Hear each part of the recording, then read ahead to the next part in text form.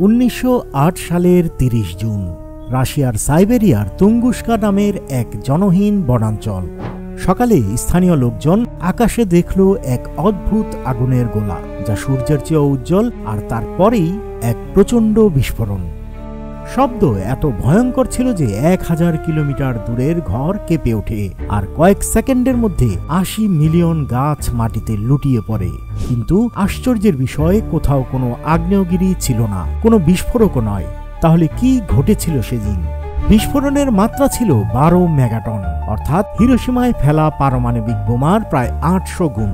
বন জঙ্গলের 2000 বর্গ কিলোমিটার এলাকা পুরোপুরি ধ্বংস হয়ে যায়। গাছগুলো এমনভাবে পড়েছিল যেন কোনো বিশাল তরঙ্গ মাটির উপর দিয়ে বয়ে গেছে।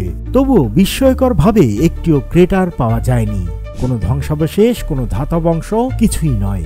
বিজ্ঞানীরা প্রথমে ভেবেছিলেন এটি হয়তো কোনো উল্কাপিণ্ডের পতন, কিন্তু তখন প্রশ্ন উঠল, যদি উল্কাপিণ্ড পড়ে তবে ক্রেটার কোথায়?